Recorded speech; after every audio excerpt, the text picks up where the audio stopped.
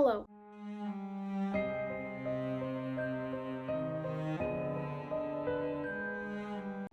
Welcome to a Dostoevsky reading vlog.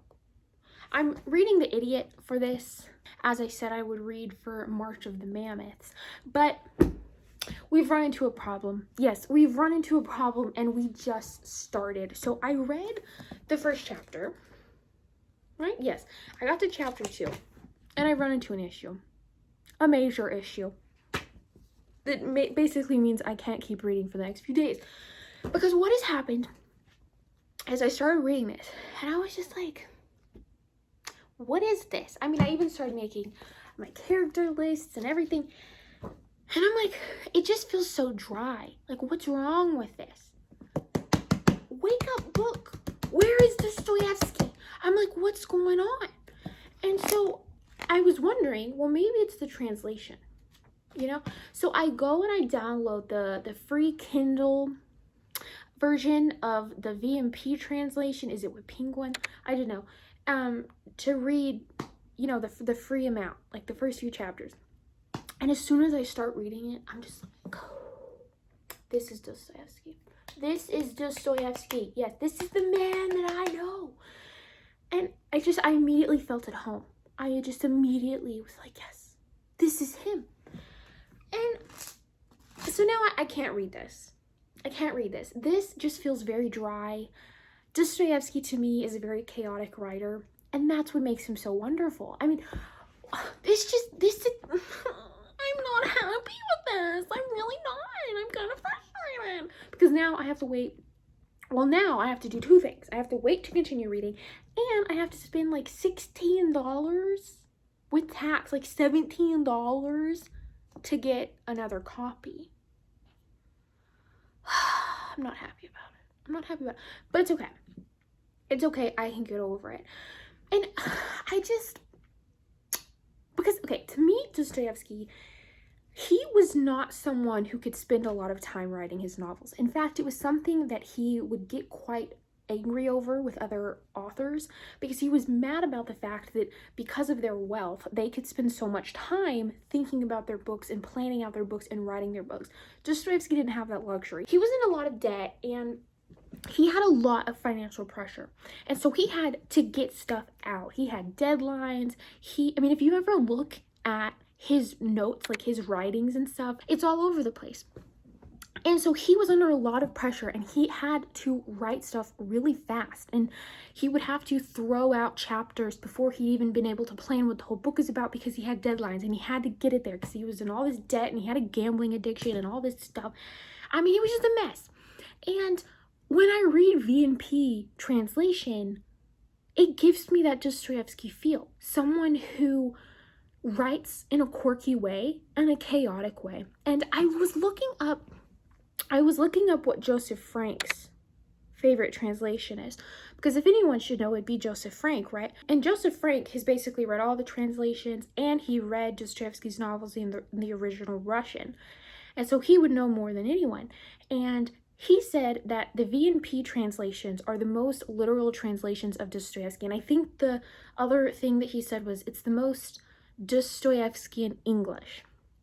So basically V&P is the most literal translation, which is what I want. But here's the thing. It makes me wonder because I read Humiliated and Insulted in the Alma Classics. That's what these are called, Alma Classics. I'll be honest, I think they're pretty. I think the covers are pretty.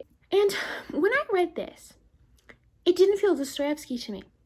It felt quite tame, quite dry.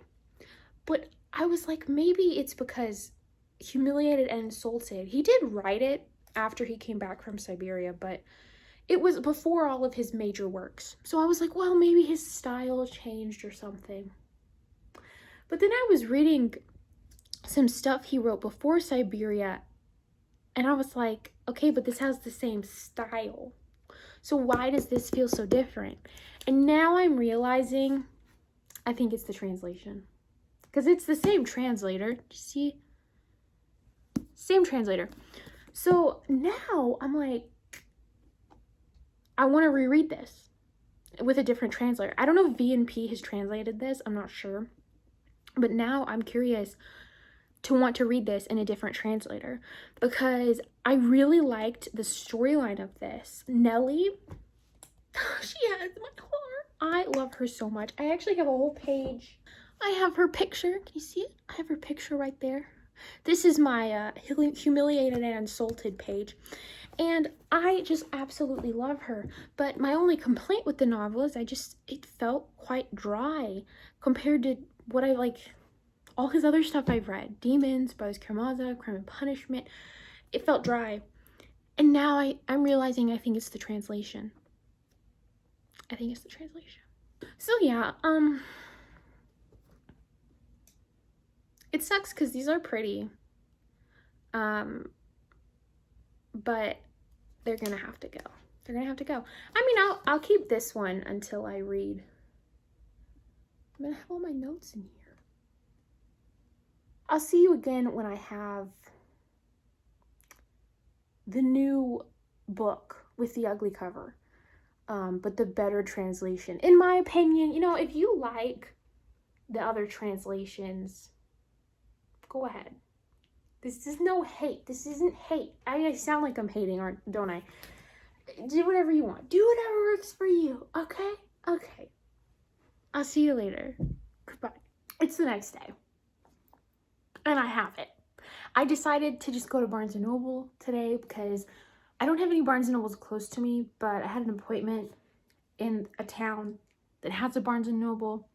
So I decided I need the book and I need it now. So I just went to Barnes & Noble and bought it for a lovely $19. But it's okay because I have it now. But let me show you something. It has a dent. I have a thing in it. Whatever. Let me show you something. Okay, so do you see the difference? The size difference? I mean, look at this. Look at the difference. You see that? Because the reason this is my March of the Mammoths pick, because I don't know, it feels pretty big. Like when you hold it, you're like, yeah, it's not the hugest. If you watched the March of the Mammoths video, I have another pick that's over 1,000 pages to really fulfill it better, but that's why I picked this. But when you look at this, it's like, it's so tiny. It looks so small. Like this does not look big at all. But what's weird is I think that they're almost like the same amount of pages. This has 633 pages. And then this one has 689 pages. It's like only 50 more pages. But it looks like twice the size, doesn't it? I feel like I'm not reading a big book anymore. And I'm kind of sad. I will say, the reason I didn't buy this edition in the first place was because look at this cover. I hate it. I hate it. Vintage Classics, which is what this edition is, came out with a whole new spread of Dostoevsky covers, and I'm appalled. I'm appalled. I'm gonna be honest. I don't get it. Is this like a minimalistic? I don't know.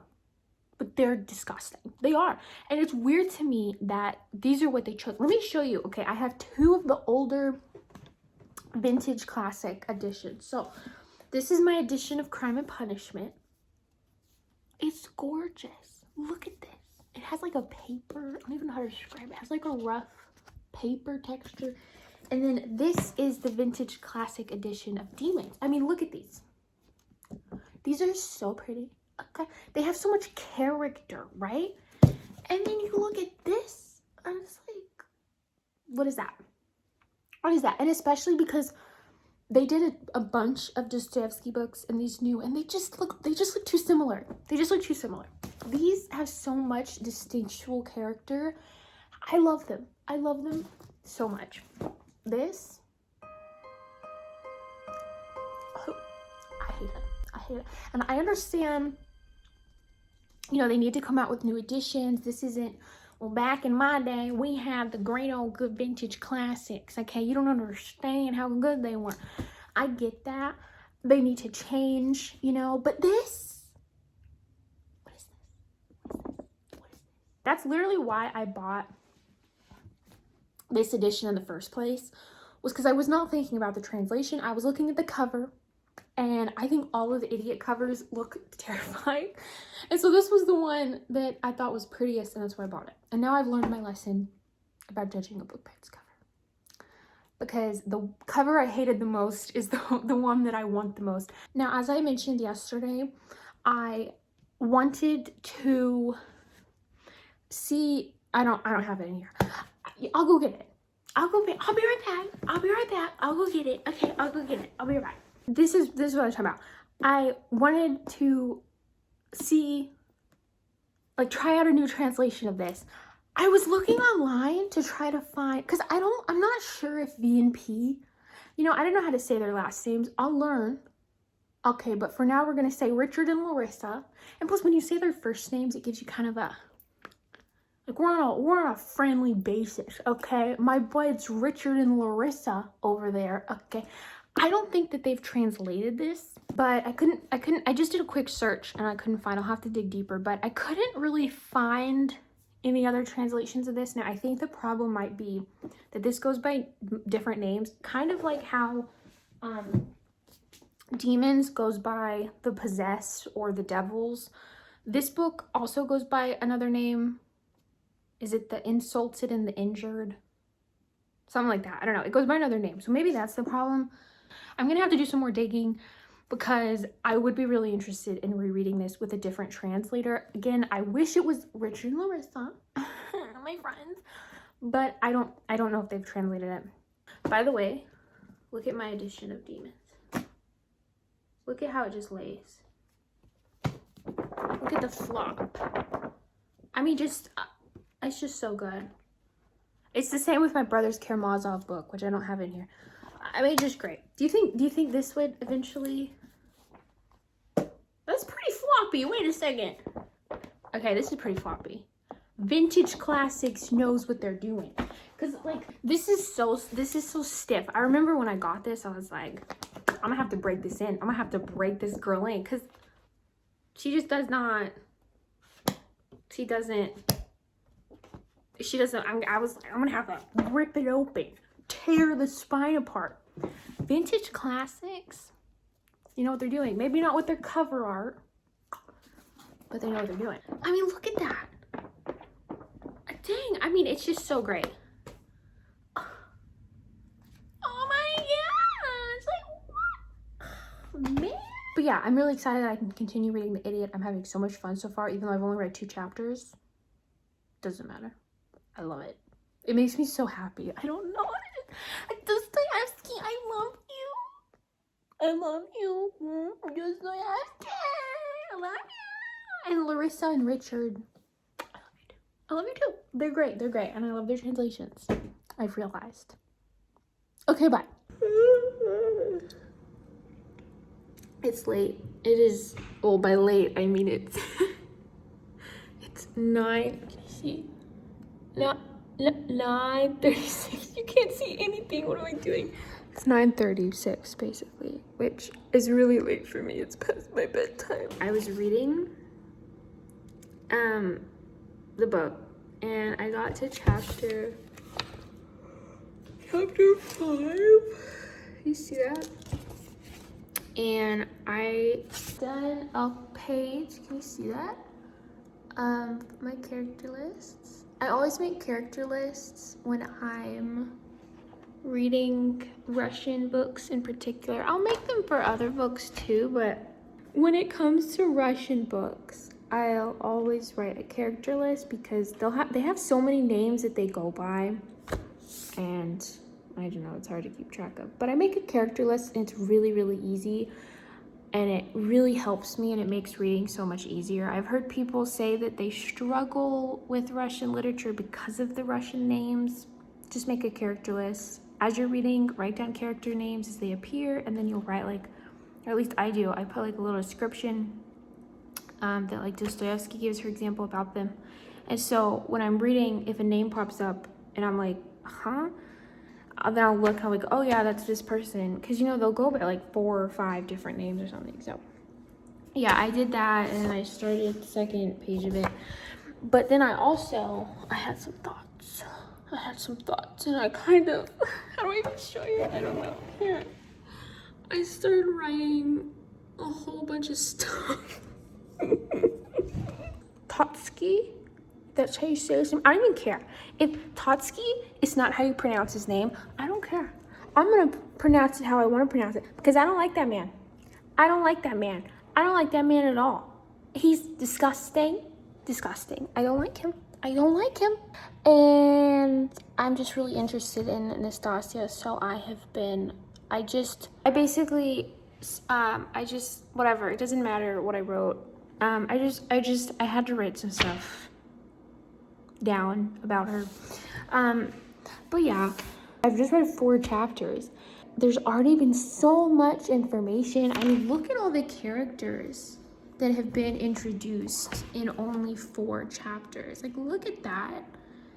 And then I have Nastasia over here. I don't have Totsky. I need to write him too, but I don't want to put him right next to Nastasia because I think it's a dishonor to her to do that. And honestly, it's quite insensitive. So I need a new character to be introduced so that I can put them here. So that I'm sorry.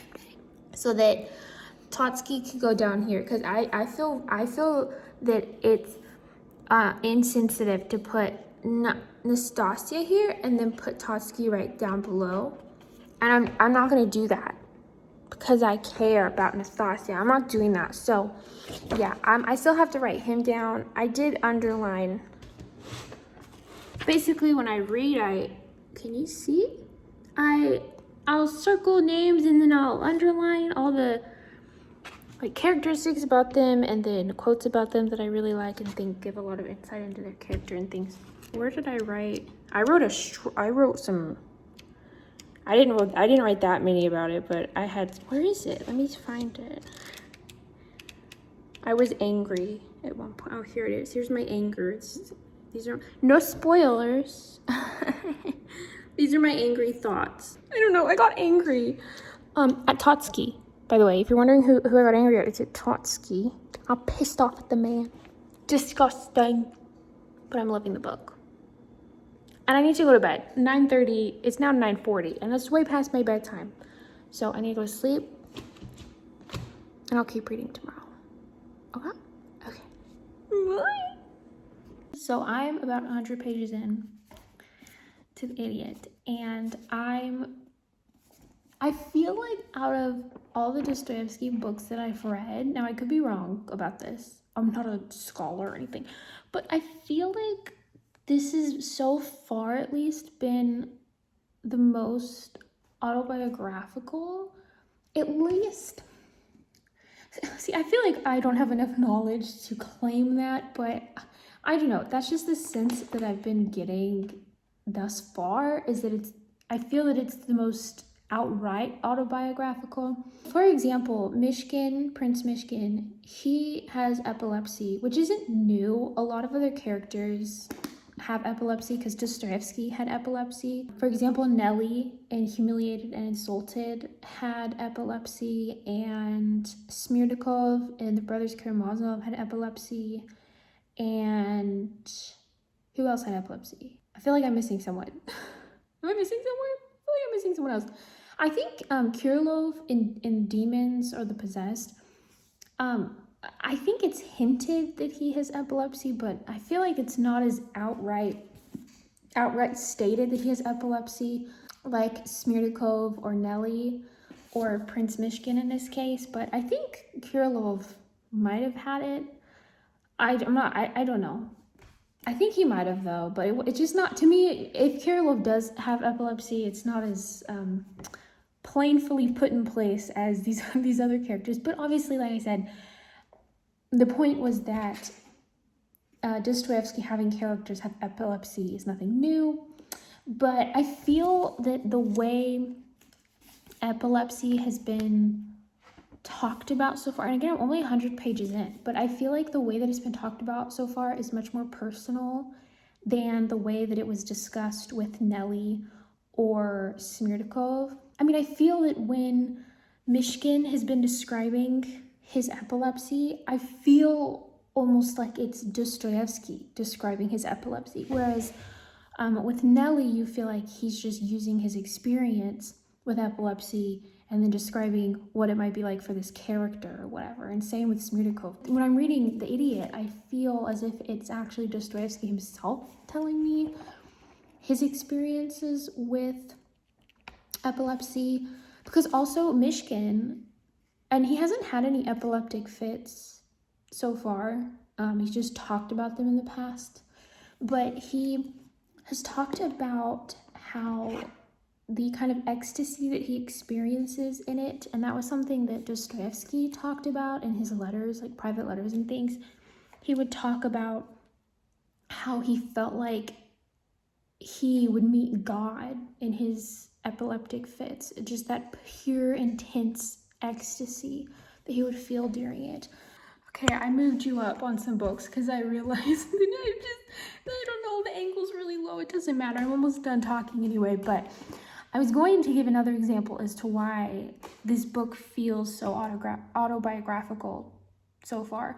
Because also Prince Mishkin, he talks about how he witnessed an execution, and they're talking about how they're basically just talking about executions by a guillotine. And because he saw someone killed via execution in France with a guillotine. He brings up the guillotine and brings up facing the guillotine and what happens to a man's mind as he's going up to a guillotine. But then, of course, he also mentions that little side note at one point of, okay, also, but like, what if you survive and you think you're about to die at the guillotine and all of a sudden you don't? But I feel like that is just such a personal, I mean, how do you know what that's like unless you've experienced it? And in Dostoevsky's case, he has experienced it. So yeah, that's basically it. I am excited. Well, I don't know if excited is the word. I'm interested to see how Mishkin's epilepsy will fit in with the rest of the story. Kind of like how it plays a big part in Smirnikov and how his story plays out. I don't know. I don't know if it will play a big part, but I just want to see if there are events in the future that become altered or changed based on maybe an epileptic fit based on an epileptic fit that Mishkin has. I don't know. Yeah, the story about Murray was really sad too. I'm trying to keep this part 1 of this reading vlog. I'm calling it part 1. I don't know if there'll be a part 2, but I'm calling it part 1. I'm trying to make it not spoilery, but I plan that if I do make more reading vlog parts for this book, they will be spoilers in them. But I was trying to plan that this first reading vlog for The Idiot is non-spoilery, so if you haven't read the book, it's not going to spoil you really.